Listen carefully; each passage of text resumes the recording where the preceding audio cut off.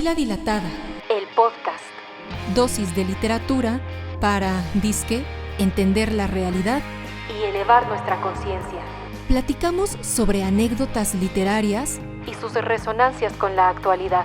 Somos Magdalena Pérez Selvas y Andrea Magaña.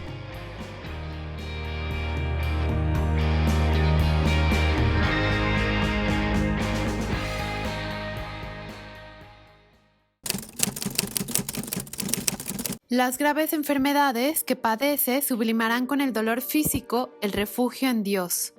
Los sufrimientos del cuerpo le servirán para sostenerse en los sufrimientos del alma y formarán en ella una voluntad inquebrantable, tan recia como en las murallas que rodea la ciudad de su nacimiento. Con voluntad de mando conseguirá lo que se propone. Es el más recio temple castellano forjado en aquella llanura inmensa que llena su pupila de luz, de color, de dimensión, recia como una encina y hábil política que le permitirá adueñarse de la voluntad de los demás, apasionada entusiasta de sus proyectos que ha de ver cumplidos cueste lo que cueste. Le permitirá triunfar, en primer lugar, su fe inquebrantable, la seguridad de que Dios está con ella, su sentido del deber, el valor extraordinario que concede a la obediencia, la necesidad de actuar, siempre actuar. ¡Qué temple de mujer! Amo con todo mi corazón a Santa Teresa. La cápsula que acaban de escuchar es del prólogo de Juana de Ontañón, que está en el Sepan Cuantos de Porrúa, en el libro de su vida y en las moradas de Santa Teresa. Ya escucharon ustedes más o menos en voz de Andrea. Qué temple de mujer, dice esta cápsula, la amo con todo mi corazón, aunque nos separan 500 años de historia. Podemos pensar por eso precisamente que es como de qué hace Santa Teresa en un podcast en el siglo XXI, pero van a ver ustedes que es una mujer extraordinaria, divertidísima, dicharachera, tiene una biografía muy interesante, una obra hermosa al alcance de todos, de todas, y van a encontrar que nos identificamos con ella más de lo que podemos pensar porque monja, porque santa. Van a ver. Entonces, pues muchas gracias por estar en este episodio dedicado a Teresa de Ávila. Bienvenida, Andrea. ¿Cómo estás? Hola Magdalena, muchas gracias y un saludo a todos los que nos escuchan. Pues sí, yo también me encanta Santa Teresa y me encantó que pues fue tu idea, ¿no? De que habláramos de Santa Teresa el día de hoy. Y el poder redescubrirla para mí fue un deleite increíble. Fue una gran oportunidad como el decir, volver a leerla, recordar su vida, porque ya te había contado y les quiero contar a los que nos escuchan que yo crecí, por decirlo así, o pasé una gran parte de mi infancia, adolescencia y juventud en un colegio teresiano desde kinder, desde prematernal hasta la preparatoria. Entonces fue toda mi vida el haber estudiado en una escuela de monjas teresianas fundada por San Enrique de Ossó, que Enrique de Ossó también sentía una gran admiración por Santa Teresa. Enrique de Ossó es del siglo XIX y él sintió una gran admiración al leer Las Moradas y otras obras de Santa Teresa y al leer su vida, que decidió fundar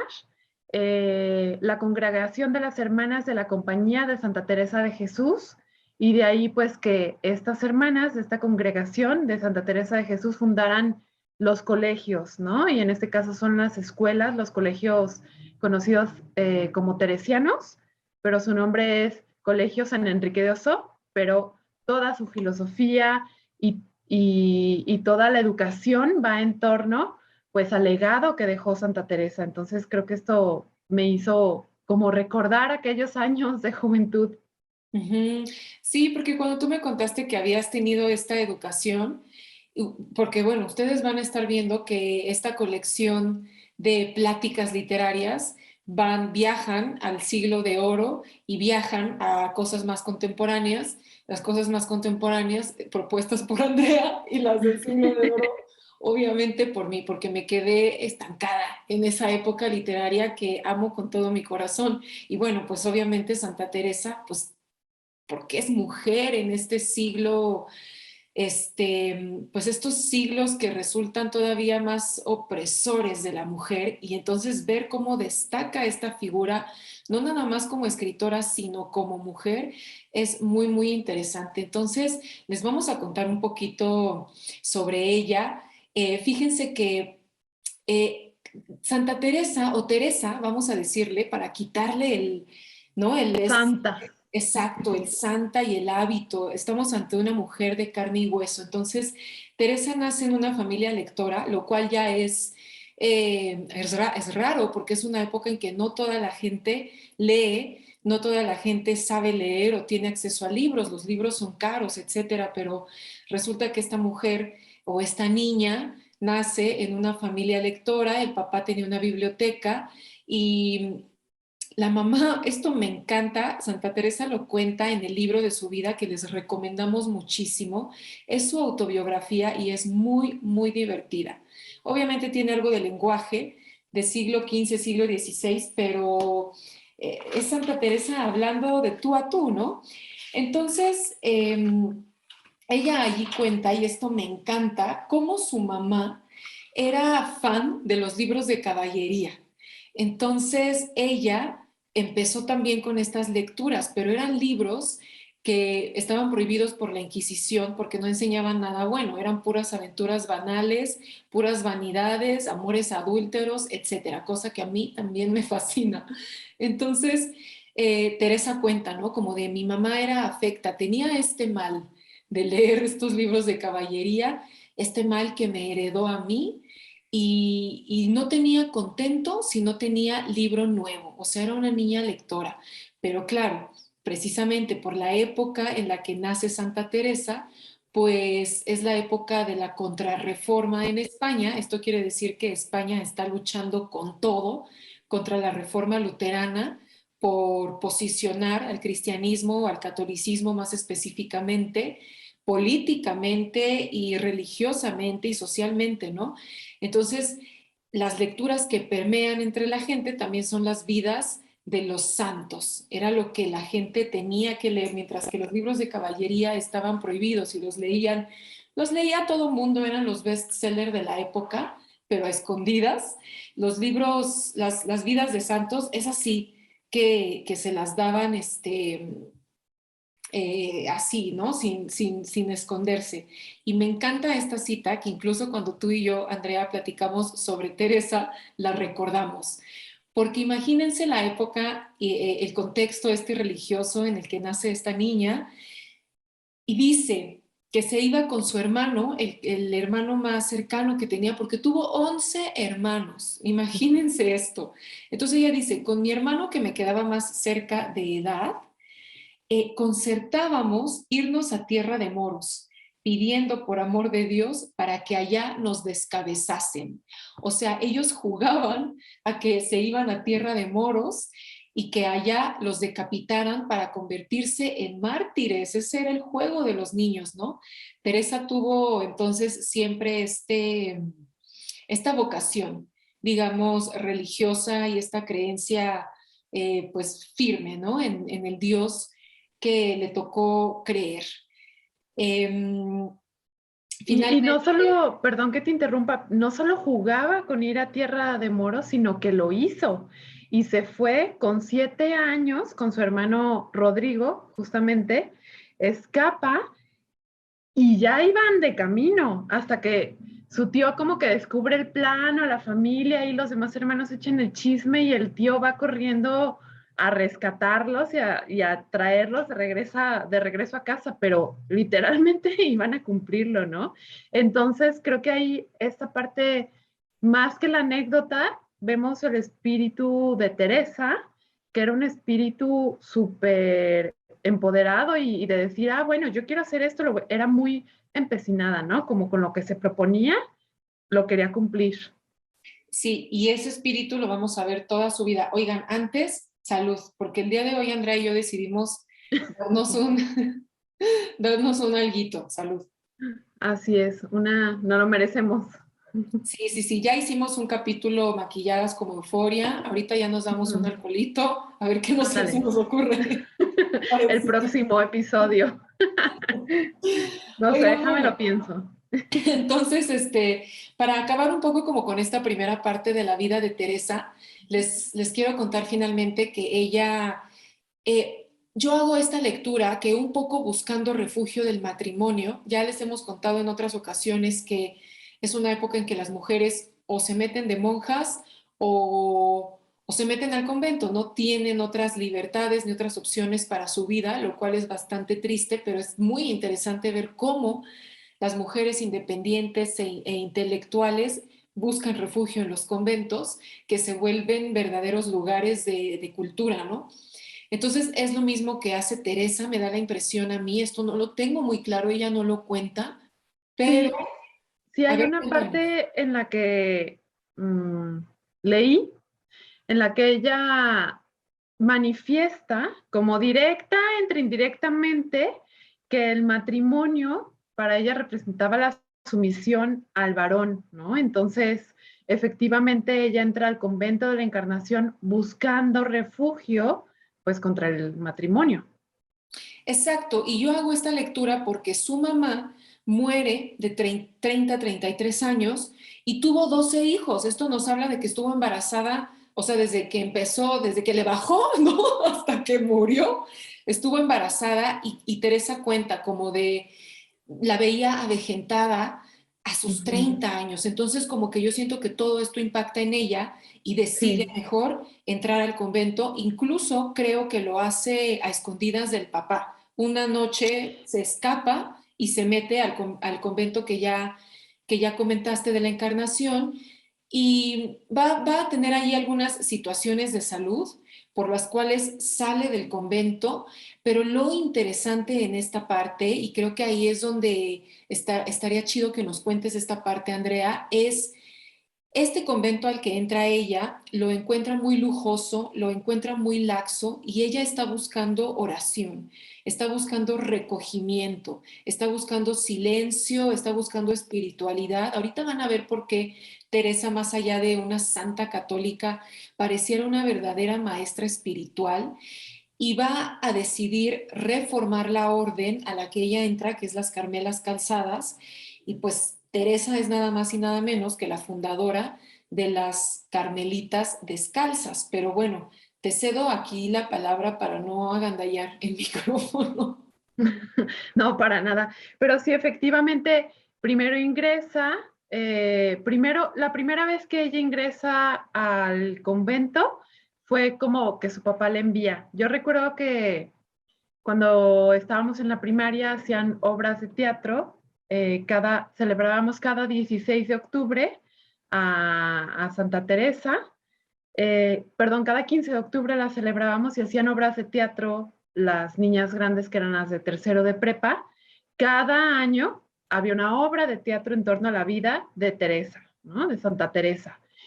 Y siempre nos la pintaban como una chica muy, muy viva, rebelde, incluso súper inquieta, tú ya lo contaste con su literatura y todo, pero principalmente como alguien que luchaba por lo que creía, ¿no?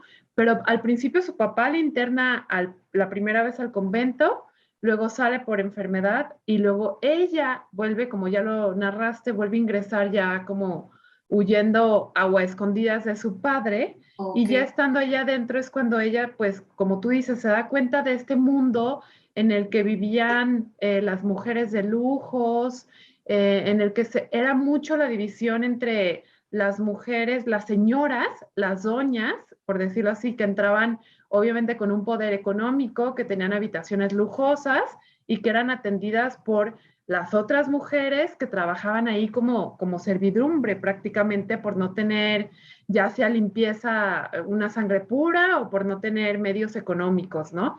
Esto a ella le afectó mucho porque ella, sus orígenes, su bisabuelo era judío, entonces su familia eran como los que dicen los nuevos conversos, ¿no? Este dato yo no lo sabía hasta recientemente que me puse a investigar. A nosotros no nos lo contaban, nos contaban como la idea bonita de Teresa, de la chica y que entra al convento y tiene la conversión, pero ya como a profundidad su vida, yo creo que pues recientemente lo descubrí, ¿no? Y esto me llama mucho la atención porque fue algo de las reformas que ella quiso hacer, como ya lo dijiste, reformar la Orden del Carmen, que era que las mujeres que entraran no tenían que entrar con una renta, es decir, no tenían que entrar con dinero detrás, sino que fueran mujeres que leyeran, que fueran mujeres que supieran escribir, y esto obviamente ya cortaba mucho la posibilidad de las mujeres que entraran, porque el 10% de la población apenas lo hacía, y así fue como ella prefería que fueran monasterios de pocas mujeres y que no pasara lo mismo que le pasó a ella cuando recién entró en estos monasterios llenos de mujeres y de lujos y de todo, ¿no? Sino que ella optó pues por estos conventos, estos monasterios de desprendimiento, de contemplación, que fue lo que ella quiso, regresar a la regla primitiva, es decir, a cómo fueron en un inicio fundados los monasterios del Carmen, ¿no? Que era la oración, el ayuno y el andar descalza. Entonces ella cambia sus zapatillas lujosas, las cambia por unas zapatillas pues muy sencillas, prácticamente era como andar descalza, y fue cuando pues obviamente ella se encontró en un camino muy difícil, por decirlo así, porque fue cuando había como este pleito entre los calzados y los descalzos, ¿no? Es decir, entre estas reformas que ella intentó hacer, como ya les comentaba, y principalmente también era la parte, pues, de la oración. Ella, dentro de su obra, lo vamos viendo, que ella quería que principalmente las que entraran al monasterio fueran mujeres de oración, pero obviamente implicaba también mujeres leídas y cultas, ¿no? Mujer, ahí no hubiera entrado Sor Juana, porque, bueno, por lo leída y culta sí, pero no le encantaba el rezo, ¿no? No, No pero asistía a los rezos. exactamente, pero aún así yo vi muchísimas similitudes entre Sor Juana y Santa Teresa. Es inevitable hacerlo y te lo quería preguntar, aunque nos salgamos un poco de lo que dijimos que íbamos a platicar, pero es que yo vi muchísimas similitudes entre ellas dos y apenas tienen prácticamente que 100 años de distancia, ¿no? Sí, sí, no, a mí también, yo también las encuentro muy parecidas, seguramente por esta idea del refugio en el convento, de querer escribir, de ser mujeres estudiadas, pero la gran diferencia es que Sor Juana no era muy devota y era No. algo herética Ujú. y Teresa no, Teresa sí era devota y se entregó con plenitud todo cuanto pudo a la oración, porque esta es una parte muy interesante de su vida. Ok, ella reforma una orden conventual para mujeres, pero ¿qué implica esto, no? Implica que se vuelva una empresaria, que se vuelva una política, que se vuelva una publirelacionista, una diplomática, una financiera.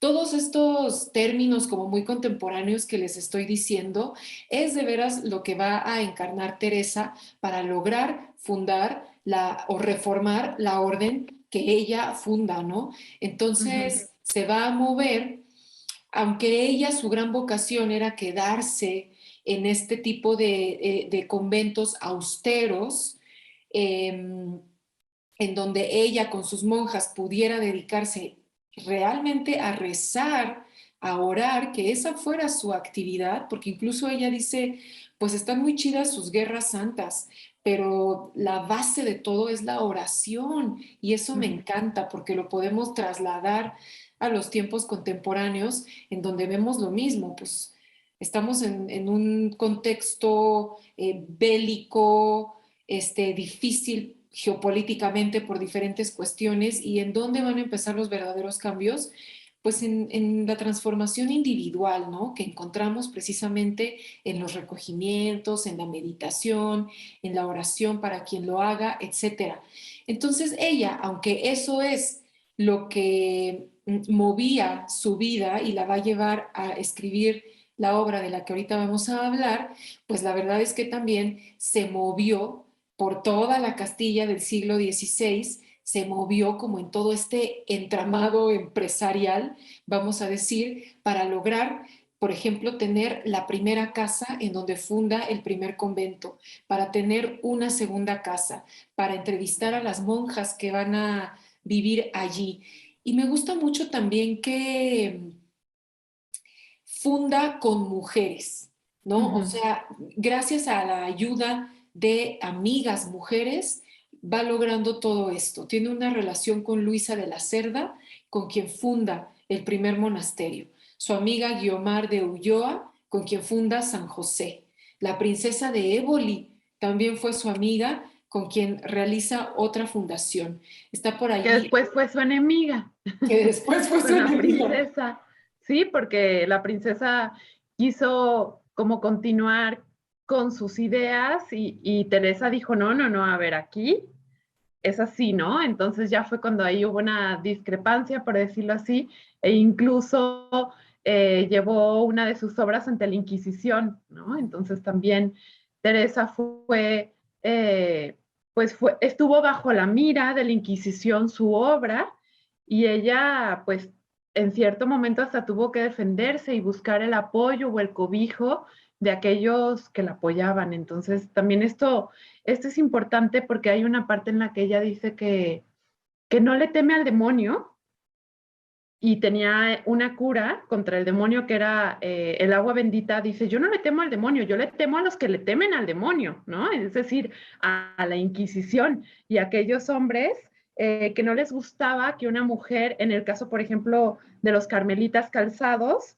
Miguel de la Columna y Baltasar de Jesús, eran otros como de sus enemigos, por decirlo así, porque obviamente una mujer que se movía tanto y que quiso hacer reformas y todo, pues era obvio que iba a ganar muchos enemigos.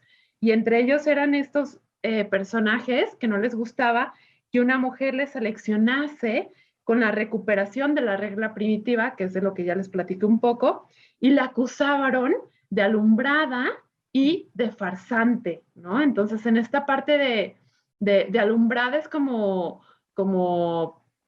criticar también aquello que ella escribió, principalmente, ¿no? Porque Sí, era una mujer mística. Ujú, exacto. Y esto que dices es básico, porque claro, una mujer independiente, empresaria, escritora, ujú. inteligente, moviéndose con otras mujeres y además relacionándose con otros hombres, porque también va a fundar eventualmente la de los frailes, ¿no? Y aquí, por cierto, aparece este extraordinario poeta que es Juan de la Cruz. Entonces, claro, una mujer así, por supuesto, obviamente que iba a tener el ojo de la Inquisición. Ustedes saben que ahí es donde se ponen buenas las historias de las mujeres independientes en este siglo. Siempre están siendo perseguidas. Y aquí vale la pena que pasemos a su obra, porque es una obra hermosa, es prolífica y es hermosa. Tiene un montón de cosas como muy casuales. Por ejemplo, el libro de su vida se los recomiendo muchísimo, vayan a buscarlo. Es un librito en donde ella obviamente cuenta su vida, es su autobiografía, pero es la lengua del pueblo, la lengua común. Nos podemos reír con ella, todo lo que va contando, siempre tiene dudas de lo que le va pasando, de lo que va sintiendo, porque efectivamente ella en esta oración profunda encontró esta palabra que me encanta, que son los arrobamientos, que son estos éxtasis místicos. Esto seguramente muchos de ustedes que nos están escuchando lo saben. Teresa es una poeta que se le sitúa dentro de la poesía mística española. Esto quiere decir poemas amorosos a lo divino o a Dios. Específicamente aquí sí estamos ante el Dios católico, ¿no? Ujú. Entonces, ella en esta profunda meditación, en esta profunda oración, va a encontrar estos arrobamientos, estos éxtasis y va a dejar escrito mucho al respecto, no nada más la poesía. También, por ejemplo, tiene este Camino de Perfección, este libro que es en donde ella les enseña a las monjas la oración, es como la introducción a la oración para las monjas y que hasta a mí ahí les voy con mis transgresiones feministas, pero me parece que es hasta un manifiesto prefeminista de Teresa por la autonomía espiritual de la mujer. Otra vez, no necesitas el intermediario del padrecito o de nada para tú sentarte a orar y encontrar a Dios, que eso fue lo que, ese es, digamos, el éxtasis místico y eso es lo que va a lograr Teresa junto con otros místicos. Em, pero yo de la... A ver, adelante. No, sí, justamente intervengo porque era una de las obras que yo les quería platicar, Camino de la Perfección, porque como tú dices, demuestra su pensamiento, que ahorita diríamos feminista, pero bueno, en esa época no es que fuera, no existía ni siquiera ese término, ¿no? Pero sí era, fue escrito especialmente para las monjas carmelitas del monasterio de San José de Ávila, del cual ella era la priora, entre los años 1564 y 1567. Y digo entre los años porque de hecho lo escribió dos veces.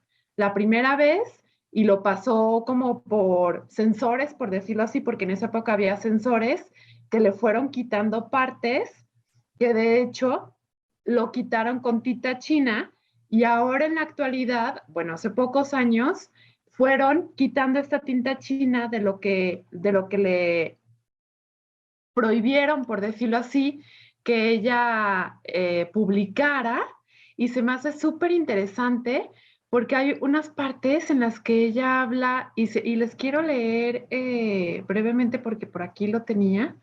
Dice, es una apología de la mujer, dice, no aborrecisteis, Señor de mi alma, cuando anda por el mundo a las mujeres, antes le tuvisteis más fe y amor que a los hombres, pues estaba entre ellas vuestra sacratísima madre, en la que merecimos lo que desmerecimos por nuestras culpas. Y le dice incluso a la Inquisición, no hay virtud de mujer que no tengan por sospechosa. Es decir, esto me parece súper fuerte que ella se atreviera a escribirlo. No hay virtud de mujer que tengan por sospechosa. Y también esta parte como de decir, pues prácticamente le prohibían a las mujeres que leyeran, que se cultivasen y ella era una gran lectora, ¿no? Ella leyó a San Gregorio, San Jerónimo, San Agustín. Cuando leyó las confesiones de San Agustín, pues lo sintió como un espejo, ¿no? Y esto fue algo que ella dice que fue un parteaguas en su conversión, pues radical, por decirlo así, ¿no? Entonces, en Camino de la Perfección lo escribe para las monjas, pero principalmente, como ya tú lo mencionaste, Magdalena, fue escrito para las orantes, es decir, para que oraran las mujeres y habla sobre diferentes temas de la vida contemplativa como la pobreza, como el amor al prójimo, la humildad, la oración, pero también habla de los miedos que pueden tener las mujeres y estos caminos hacia la perfección, por eso se llama camino de perfección, ¿no? E incluso es ahí donde menciona que el estado del matrimonio para la mujer es peor y es preferible casi el de las monjas, ¿no? Entonces, es por eso que es considerado, por decirlo así, pues feminista, ¿no? Aunque en esa época, como ya lo mencionamos, no existía ese término. Sí, como hemos dicho de Cervantes, por ejemplo, como cierto protofeminismo. No existe el término, pero estamos ante personajes que ya entienden la desigualdad que hay y que abordan hacer algo para soslayar esto, ¿no? Y en este caso es que las monjas sepan orar, que las monjas sean estudiadas, que sepan leer, ¿no? O sea, la parte de la reforma de Teresa, pues era educar a las mujeres. Oigan, yo les quería platicar de esta obra de ella que a mí me encanta, creo que es mi favorita y es, bueno, estoy entre el libro de su vida que está muy chistoso, léanlo por favor, Sí. pero también me encantan Las Moradas. Es un libro, un texto en donde ella hace una metáfora del alma y de Dios y del cuerpo y del ser humano. Entonces dice, hagan de cuenta que nuestra alma es un castillo de cristal. El cerco que protege este castillo es el cuerpo. En el centro de este castillo hay una luz hermosa que es Dios. Y la llave para entrar a este castillo es la oración.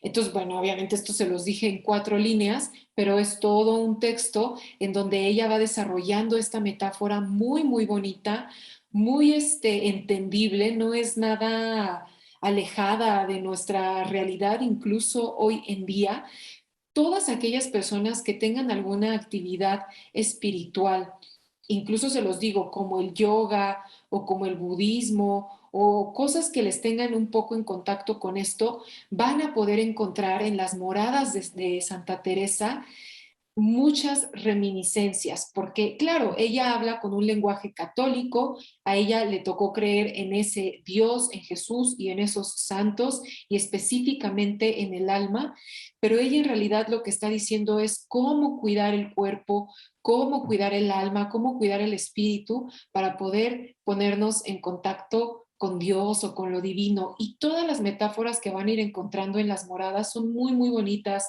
El jardín, el agua, las fuentes, este castillo de cristal. Es de verdad un texto hermoso que les recomiendo. Vayan a leerlo. A ver si encuentro alguna cita. El castillo interior, ¿no? Eso me Esas parece moradas o el castillo interior se llama. que justamente esta parte, cómo va describiendo las moradas del castillo interior, los jardines, los pasillos y todo, pues pareciera que se inspiraba en sus lecturas de juventud, que eran los libros de caballería, ¿no? Totalmente, sí. Sí, totalmente. Fíjate que no había pensado en eso, pero claro, se me hacía una metáfora súper bonita como de lo natural y Dios y la luz, pero por supuesto que sí, sí, seguramente que ahí hay mucho de esta lectura, totalmente. Sí, sí, Oigan, sí. miren, les voy a leer esta cita para que escuchen un poquito la voz de Teresa en Las Moradas o Castillo Interior. Dice, siente ser herida sabrosísimamente el alma, mas no atina cómo ni quién la hirió, más bien conoce ser cosa preciosa, y jamás querría ser sana de aquella herida.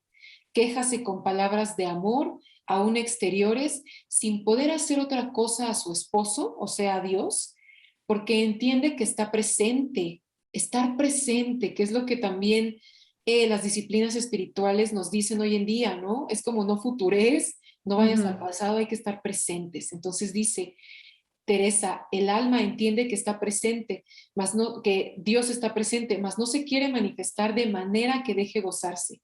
Y es harta pena, aunque sabrosa y dulce, y aunque quisiera no tenerla, no puede. Mas esto no querría jamás. Mucho más le satisface que el embebecimiento sabroso, que carece de pena. Y aquí es donde entramos un poquito a la poesía mística de Teresa, utilizar palabras del amor humano, del amor carnal, esposo, esposa, etcétera, para describir el amor del alma por Dios. Ay, eso se me hace súper bonito. Eso a mí me encanta de la poesía mística. También los invitamos a leer a San Juan de la Cruz. Sí, efectivamente. Esta parte de la poesía mística me parece, es muy bello, ¿no? En describir a Jesús como su esposo, y luego ya tenía como visiones y se le aparecía a Cristo crucificado, y las describe dentro de sus obras, estas visiones y estas cercanía que tenía con Cristo, ¿no? Cuando oraba, que describe cómo ella se elevaba del piso y tenía estos arrobamientos, por decirlo así, y los éxtasis a los que llegaba, que estos éxtasis de Santa Teresa han sido representados en diversas obras, tanto en pintura como en escultura, y que son extremadamente bellos e incluso muy eróticos, ¿no? Es algo que también no quisiera dejar de mencionar, que es podemos encontrar dentro de la obra de Teresa un erotismo pues profundo, ¿no? Sí, la poesía mística es muy erótica y ahí es curioso, ¿no? Como por eso la Inquisición les perseguía, porque persiguió a Teresa, persiguió también a San Juan de la Cruz. Creo que a él sí lo encarcelan, incluso ella tiene que Sí, interceder por él, ¿no? duró varios años él encarcelado y fue donde él pues escribió también una parte de su obra al salir, ¿no? O sea, es decir, Teresa tenía grandes interlocutores, tampoco es que, aunque fuera monja de claustro, etcétera, pues estuvo moviendo por toda España y tenía interlocutores y relaciones con jesuitas, con dominicos, como ya mencionaste, que después fue santo, con San Juan de la Cruz, y pues sus lecturas que para ella y lo menciona, ¿no? Leer era tan importante para el alma como comer para el cuerpo. Entonces es aquí, esto se me hace bellísimo, ¿no? Y a través de la obra que ya nos mencionaste, de Las Moradas, pues podemos ver cómo ella intentó llevar a aquellos que no les resultaba satisfactorio el mundo en el que vivían, ¿no? El mundo tal cual como ella lo veía, no les resultaba satisfactorio y ella buscaba otra realidad al interior. Y es aquí donde tú mencionas que no solamente los católicos tendrían que leer a Teresa, sino en realidad quien sea, ¿no? Es decir, es esta parte como de la búsqueda de que esta realidad no es suficiente y de la búsqueda del interior y de la meditación, ¿no? Sí, quien sea que esté buscando cierto recogimiento, cierta paz interior, la va a encontrar incluso en Santa Teresa, aunque no profesemos el catolicismo. Ustedes, como les digo, la van a leer sin este prejuicio que algunas personas pueden tener hacia una u otra religión y se van a dar cuenta que las metáforas son hermosas y que la enseñanza es hermosa porque al final del día todos vamos a lo mismo, ¿no? Hay que ir al interior, hay que encontrar silencio en la mente. Da igual la forma de meditar, orar, rezar, cantar mantras, pero la idea es encontrar silencio en la mente, recogerte un poquito del exterior y ahí está esa paz, esa tranquilidad, ¿no? Decían los griegos, conócete a ti mismo y conocerás a los dioses. Pues es tal cual lo mismo. Lo que pasa que por cosas extrañas de humano nos dividimos en una religión y en un dios y en otro, pero cuando vemos las similitudes, pues todos vamos hacia lo mismo, ¿no? Que es esta paz interior, este recogimiento, el amor a uno mismo, al otro, etcétera. Entonces, eso lo van a encontrar en Santa Teresa, de verdad se las recomendamos leer muchísimo y vayan a leer también, ya digo, aprovechando el comercial, a San Juan de la Cruz, porque pienso que Teresa nos deja una obra en prosa muy chistosa, muy amena, pero San Juan de la Cruz era más extraordinario poeta que Teresa, entonces leer la poesía mística de este hombre es bello, bello, bello. Entonces, pues, no sé si ustedes se hayan sentido inspirados por esta vida que va más allá de la contemplación o va más allá de la santidad y tiene que ver más bien con lo que dice Andrea, ¿no? Hacer las cosas, lograr las cosas, porque Teresa también fue una mujer muy enfermiza y así anduvo de un lado a otro, iba y venía, viajaba en mula con sus enfermedades, con sus austeridades, para lograr fundar un montón de conventos. Por aquí tenía fíjate, 750 conventos en 80, esto ya obviamente posterior, ¿no? 81 Sí. países en los 5 continentes, 11.400 monjas, 4.000 frailes profesan, digamos, en la fundación de Teresa, ¿no? Y quisiera mencionar una descripción que hizo el nuncio papal en España, Filippo Sega, en la época de Teresa, que obviamente lo hizo como de manera despectiva, pero a mí me encanta porque digo, pues sí, ¿no? Se la describe como una fémina inquieta, andariega, desobediente y contumaz, obstinada, terca. Sí, así Eso. era Teresa. Y él lo hizo como perdón por la palabra, pero para chingarla, pero ahorita en la actualidad es, o sea, ¿quién no? ¿No? Es decir, es una mujer de admirar. Sí, sí, es totalmente una inspiración y escritora, mujer de carne y hueso. Y fíjense lo que pasa, ya para ir cerrando este episodio. Cuando Sí. Teresa muere, a pesar de Ujú. que la persigue la Inquisición y pasa por todos estos obstáculos, bueno, como tuvo estos arrobamientos y estos encuentros con Dios y no sé qué, pues ya todo mundo la tenía ya por santa o por beata, qué sé yo, ¿no? Y empiezan a desmembrar el cuerpo. O sea, como que creo que ¿cómo se llama En esto? reliquias. Exacto, ¿cómo se llama esto de que como hijo, se me fue la palabra, como que lo momifican, es que la preservan, ¿no? De alguna manera, y por ahí en lo que se hacen sus funerales, no sé qué, entonces un primer padrecito le corta una mano y se queda con esta mano, después otro padrecito a esa mano le corta un dedo, después alguien por allá le corta no sé qué, entonces hay en varios monasterios o templos de Europa, tipo que en París, en España, en Italia, una parte del cuerpo de la ahora ya Santa Teresa. Incluso esta mano la usó Franco en la guerra civil como reliquia, ¿no? Y hay esta teoría, que yo no sé si sea cierta, si de veras hubo esa inspiración o nada más lo están diciendo los fans, pero esta teoría de que la mano de Thanos de Avengers está inspirado en esta reliquia que usaba Franco. No, pero efectivamente en la época franquista Teresa la utilizaron como un símbolo y para adoctrinar también a las mujeres, entonces es algo interesante, ¿no? Yo tuve oportunidad de visitar Ávila, de regresar a sus pasos, de visitar el convento donde estuvo ella y tienen una colección de obra preciosa de arte, de pintura, de escultura, de reliquias. Y es una ciudad preciosa, amurallada, está rodeada de puras murallas, puedes incluso visitar las murallas, pero haz de cuenta que estás visitando una ciudad netamente medieval y se come delicioso. Qué muy hermoso. Abundante.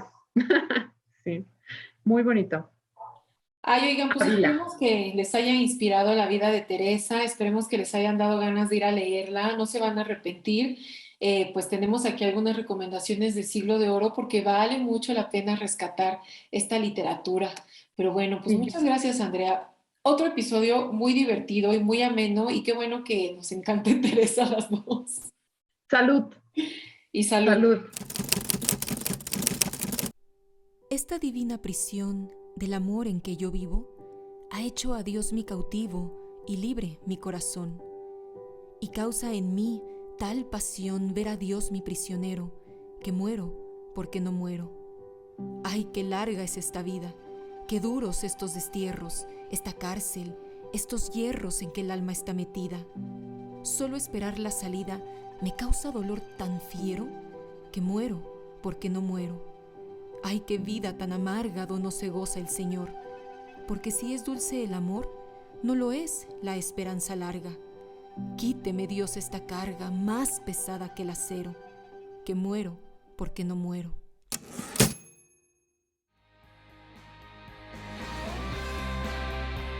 Si te gustó este episodio de Pupila Dilatada, compártelo. También te invitamos a que nos sigas en redes sociales. @soy Magdalena y @la tertulia de Minerva.